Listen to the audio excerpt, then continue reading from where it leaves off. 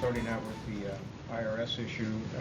I.R.S. says it's flagged conservative groups with names like Patriots or Teaparties for review, and says that in some instances its workers inappropriately ask for the identities of donors, and it has apologized. When did the White House become aware that the I.R.S. engaged in this? And in a tax collection system that relies on trust, isn't the I.R.S.'s credibility at stake here? Will the White House, as called on by Senator McConnell, call for an investigation? Well, two things, Jim. I appreciate the question, and we've certainly seen those reports. My understanding is this matter is under investigation by the IG at the I.R.S.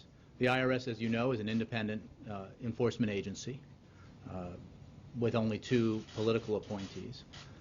The fact of the matter is what we know about this is of concern, and we certainly find the actions taken as reported to be inappropriate, and we would fully expect the investigation to be thorough and for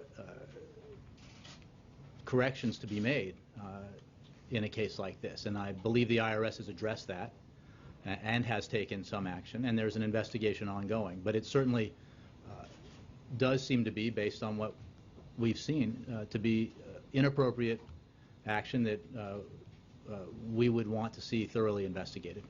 Given that the President was so critical of some of these groups, and both in 2010 and in 2012, isn't it natural for the public to think that these things are politically motivated? What assurances? Well, I think that first of all, two things need to be noted, which is I.R.S. is an independent enforcement agency, which I believe, as I understand it, contains only 2 political appointees within it.